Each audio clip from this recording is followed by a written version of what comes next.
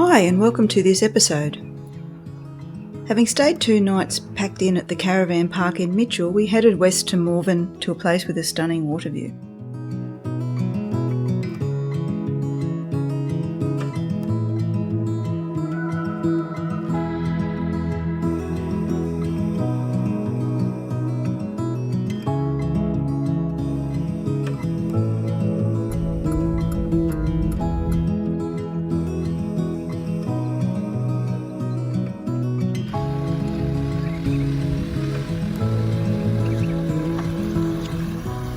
We're at Gidgee's bush camp now, and we've just selected a spot near the dam, so we're going to reverse back in here, hopefully. I hope that no one else sets up next to us.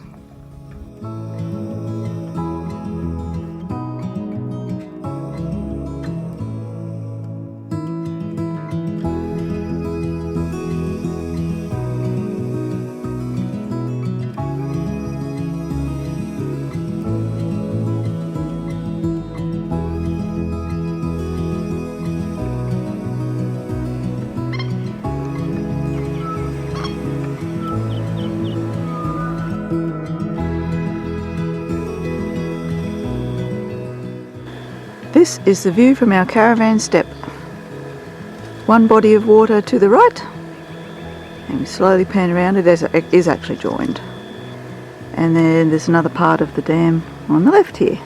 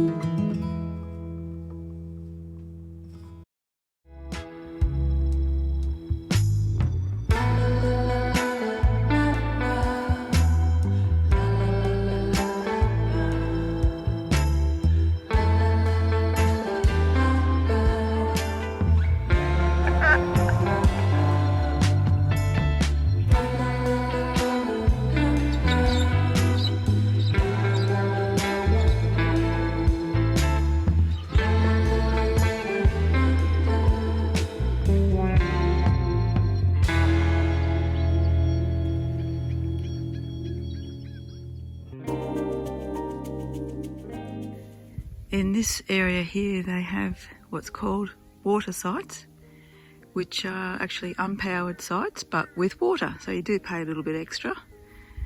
There's plenty of them here, nicely set up. And then if you follow the arrow down that way, to the left and to the right are the unpowered sites, and there's a dam at the end of the road there, which we are overlooking. There is a walking track around the property. I think it takes you behind the dam. We might do that sometime today. But here's another shot of the unpowered water section. Quite expansive. Looks like they're all named after people.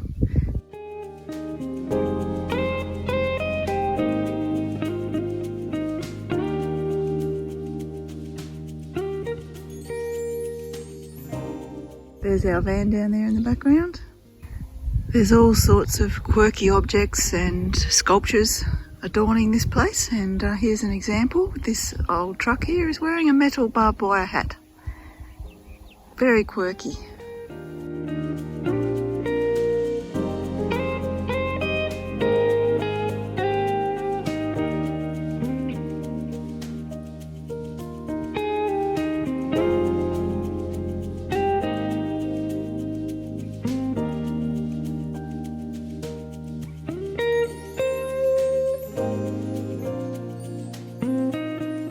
Are a number of powered sites here as well, and as the arrow's pointing, they're up in this direction, so we'll go and check those out now. I think the last overnighter has just left. And these are the power and water sites near the front of the property. So you can just see where our car is down there in the background, so we're a fair way away from this powered area, but it's a fair way away from the dam. Let's go and check out what's in this building here. This is a little resting place for campers near the powered area called Wilmervale Place. Got lots of lovely sculptures again and some quirky furniture, a bit colourful. There's a lovely fire pit here. Very colourful, quirky lounge chairs in this resting area for the campers. They've set this little area up so well. It's very quirky, but very appealing as well. So there's garbage bins and recycling here. This is inside the Wilmervale hut. There's one huge TV in here. It's all done up in like in the olden days, apart from the TV. There's a really cosy looking fireplace with some lounges around it, bar stools. This actually isn't the camp kitchen. I think it's just an area where people can come and commune. There is another camp kitchen elsewhere. I love it when you find places that have a book swap. This one seems to have plenty of choices, so I'll go and get one of my books to swap later on and swap it out. There's some more in this box down here. Excellent. 3 pizza ovens. And there's the outside of the Wilmervale hut. Very impressive. This family has got a lot of local history and they've worked really hard to build up this campground, getting rid of some noxious trees, adding a lot of water infrastructure to encourage the birds, which I think they have started to do.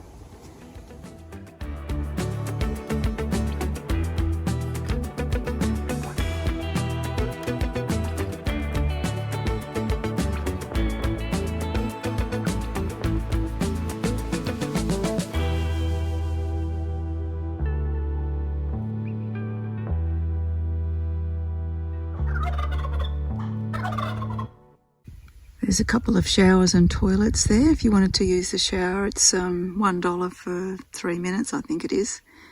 But they're provided mainly for people who don't have facilities, like people's in tents and camper trailers. This was a common type of playground equipment when I was a kid, but you don't see them around too much these days. They were actually quite fun, especially when you had your brother to play with. This is the camp kitchen. Set up closer to the unpowered area. There's a few facilities here. I don't think there's any power points available here for people to use, and there's a dam down there, and then there's a really nice bar type setup here. Once again, there's lots of quirky sculptures, and we are just over here. It's really nicely set up. More garbage bins. There's a little chook down here. Cute.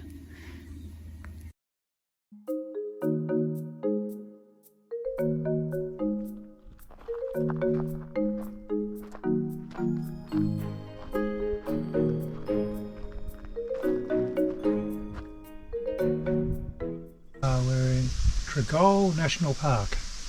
And I'm just reading about the traditional owners. Yeah, there's a lot of information there, isn't there? Yeah. We're about 11 kilometres out of Morven. So there's heaps of information here. We're going to do a walk which is called the Uline Circuit. Now, Uline is a tree and it's an ancient rainforest relic tree. And it's now considered vulnerable to extinction, and because of this stand of Uline trees or forest, it's the main reason that this property was declared a national park in 1995. And here's a map of the walk that we're going to do. It's grade 3, track with some obstacles. May have short steep hills and many steps. This is a tree with a sign and it's saying that it's a poplar box tree.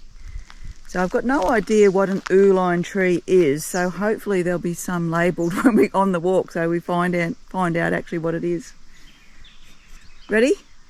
Let's go. Woo, there's a lot of ants on this. Ant bed. Okay, let's go. Keep going quick. This label talks about the black orchid in Uline, so this must be an Uline tree. And then right up there is an orchid plant that's growing out of the Uline tree, so there's no black flowers on it at the moment, but now we know that these trees with this bark are the Uline trees. Okay, we've got some steps to climb up here. Watch out for all the ants, it's very busy.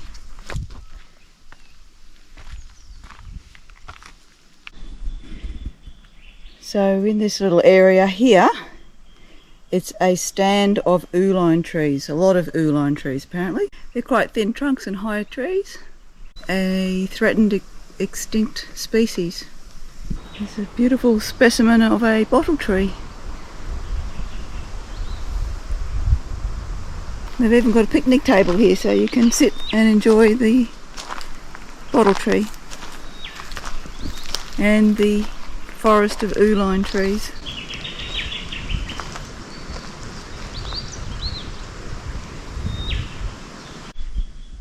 Some rocky steps to walk up. I'll go first.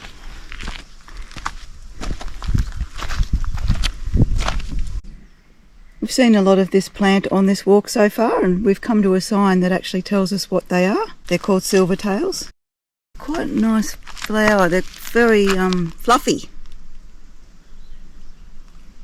I don't know whether this GoPro picks it up very well. Here's another Uline tree that's close to the walking track. And if I just pan up here, you can actually see the leaves a bit more clearly. They're very small leaves. Can't say that I've seen these trees anywhere else, so it is a rare occurrence, hence the national park, protecting them. And another gate to walk through. That must signify the end of our walk.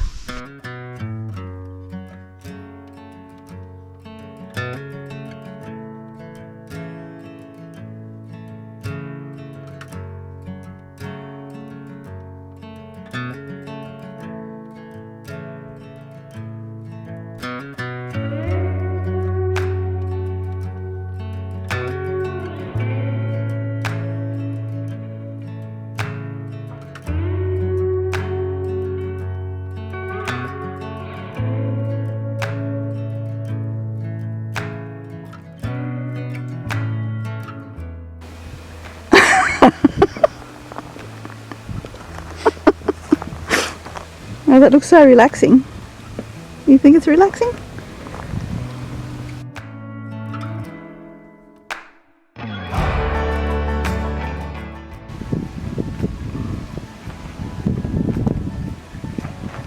Easy.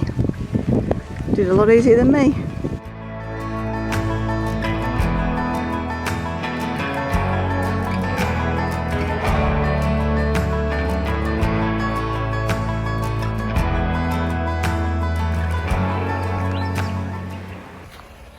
They go. Here they come back again. Have dueling kookaburras. So it's the end of another day here at Gidgee's bush camp. We've had a great day, great couple of days just walking around, exploring the place. Very relaxing place to camp. We're going to head into the pub in town for tea tonight, which a fellow camper has told me that lunch was very nice, so hopefully the same can be said for dinner. Looks like it'll be a really nice sunset here with more clouds than what there was last night. But we're packing up and heading off to our next destination tomorrow. But this has been a really good place to stay, not bad for $20 a night unpowered.